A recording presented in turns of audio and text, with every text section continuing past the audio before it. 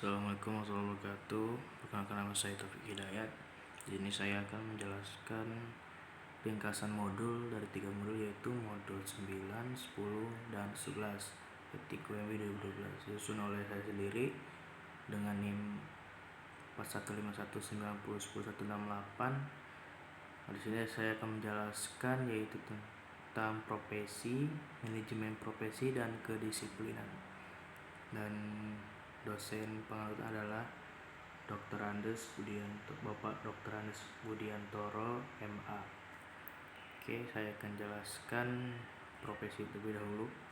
Pengertian profesi merupakan suatu jabatan atau pekerjaan yang menuntut keahlian atau keterampilan dari si pelaku. Biasanya sebutan profesi selalu dikaitkan dengan pekerjaan atau jabatan yang dipegang oleh seorang, akan tetapi tidak semua pekerjaan atau jabatan dapat disebut profesi karena profesi menurut keahlian para pemangkunya. Nah, itu adalah sedikit dari pengertian profesi. Jadi profesi itu tidak bisa disebut pekerjaan, sebuah pekerjaan, cuman setiap pekerjaan tidak semua bisa disebut profesi. Nah, di sini ada yang namanya profesi, pengertian profesional dan pengertian profesionalitas.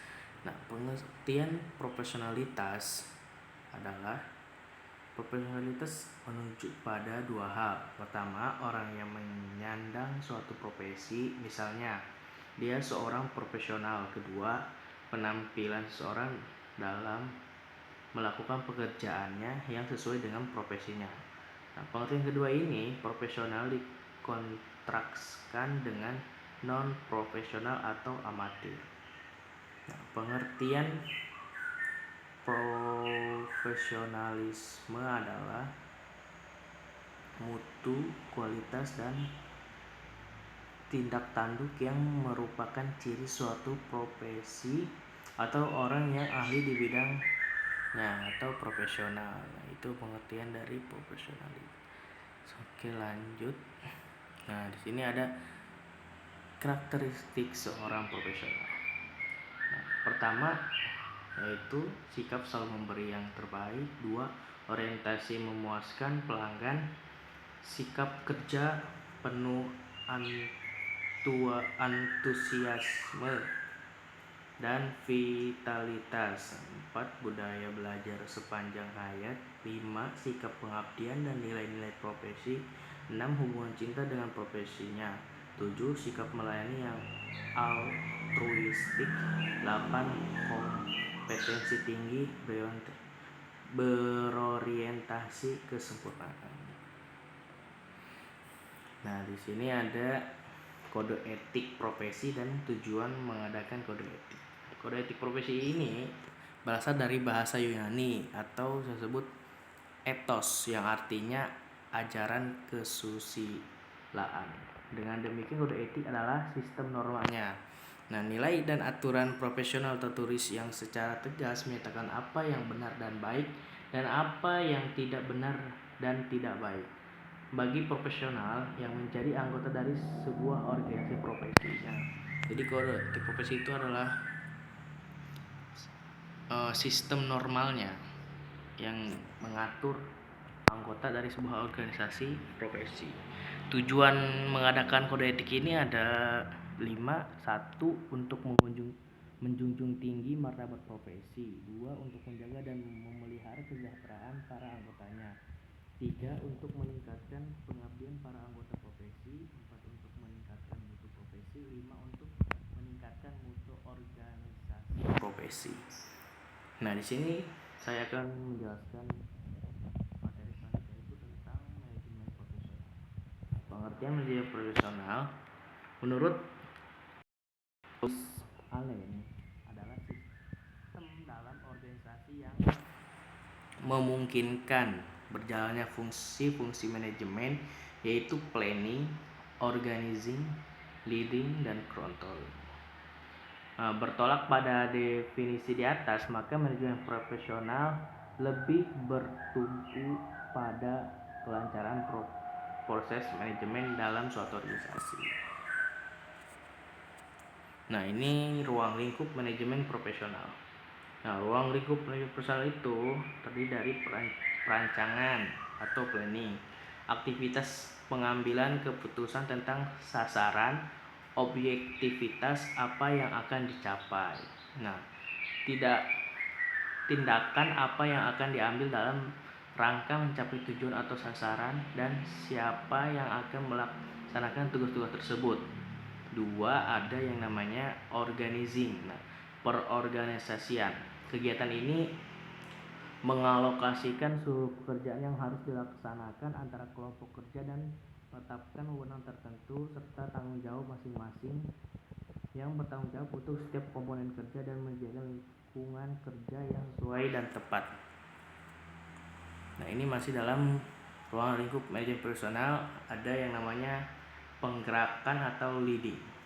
Ada beberapa terminologi asing yang mempunyai arti penggerakan, yaitu motivating, directing, staffing, and leading.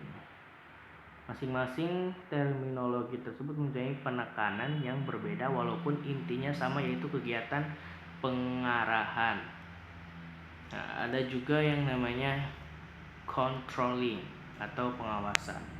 Proses penentuan apa yang dicapai, yaitu standar. Apa yang sedang dihasilkan, yaitu pelaksanakan.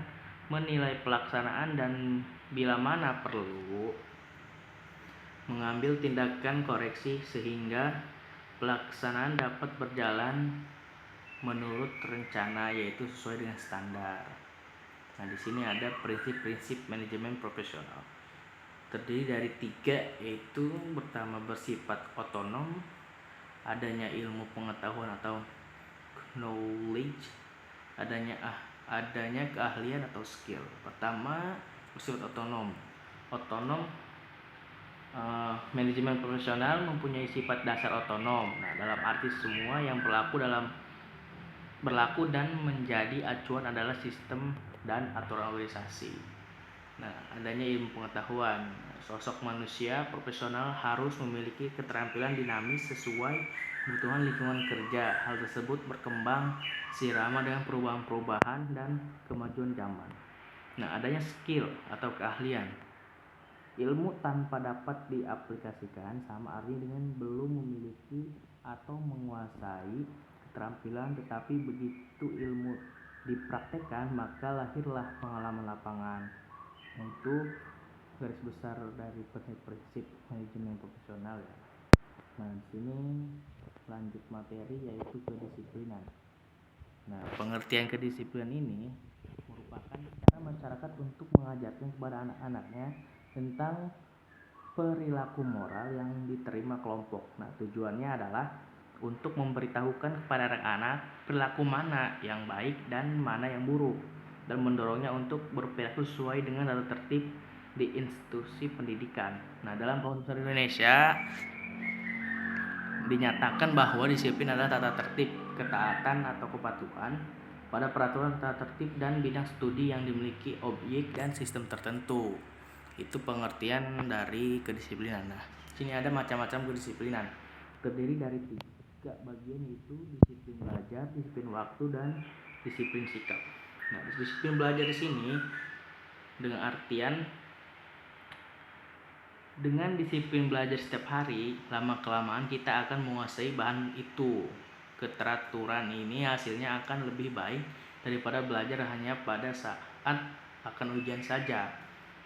Disiplin waktu. Disiplin waktu menjadi sorotan untuk terhadap kepribadian seseorang. Waktu yang kita miliki untuk terbatas hanya 24 jam dalam satu hari satu malam. Jika waktu itu tidak kita gunakan dengan sebaik-baiknya, maka tidak terasa waktu itu telah habis dan terbuang sia-sia. Disiplin sikap. Disiplin mengontrol perbuatan diri sendiri menjadi starting point untuk menata perilaku orang lain. Misalnya, disiplin untuk tidak marah, tergesa-gesa, dan gegabah dalam bertindak. Nah, di sini saya akan menyebutkan sedikit, yaitu tentang semuanya. Nah, disiplin belajar ini kita belajar setiap hari untuk mencapai sesuatu yang kita inginkan, bukan hanya pada ujian kita belajar. Nah, disiplin waktu juga kita mempergunakan waktu untuk sebaik-baiknya, jangan untuk berleha-leha waktu sebaik-baiknya. Time is gold, waktu adalah emas. Nah, disiplin sikap ini kita untuk disiplin supaya menjadi orang yang lebih mandiri, nah, bisa menjadi start point untuk menatap perilaku orang lain, tidak marah, tidak gelisah dan gegabah. Nah, di sini ada unsur-unsur dalam penanaman kedisiplinan. Nah, ada beberapa, yaitu tempat dan penanaman kedisiplinan masyarakat. Nah, pertama ada keluarga, kedua institusi pendidikan, ketiga masyarakat. Nah, tempat dan penanaman kedisiplinan masyarakat, nah itu ada 3. Ya, pertama keluarga, 2 institusi pendidikan, 3 masyarakat. Nah, cara penanaman kedisiplinan juga ada 3. Pertama, penanaman kedisiplinan didasarkan pada cinta kasih. Kedua, penanaman kedisiplinan dengan motivasi. Dan ketiga, pembinaan disiplin dengan fisik material, yaitu dengan hukuman dan hadiah.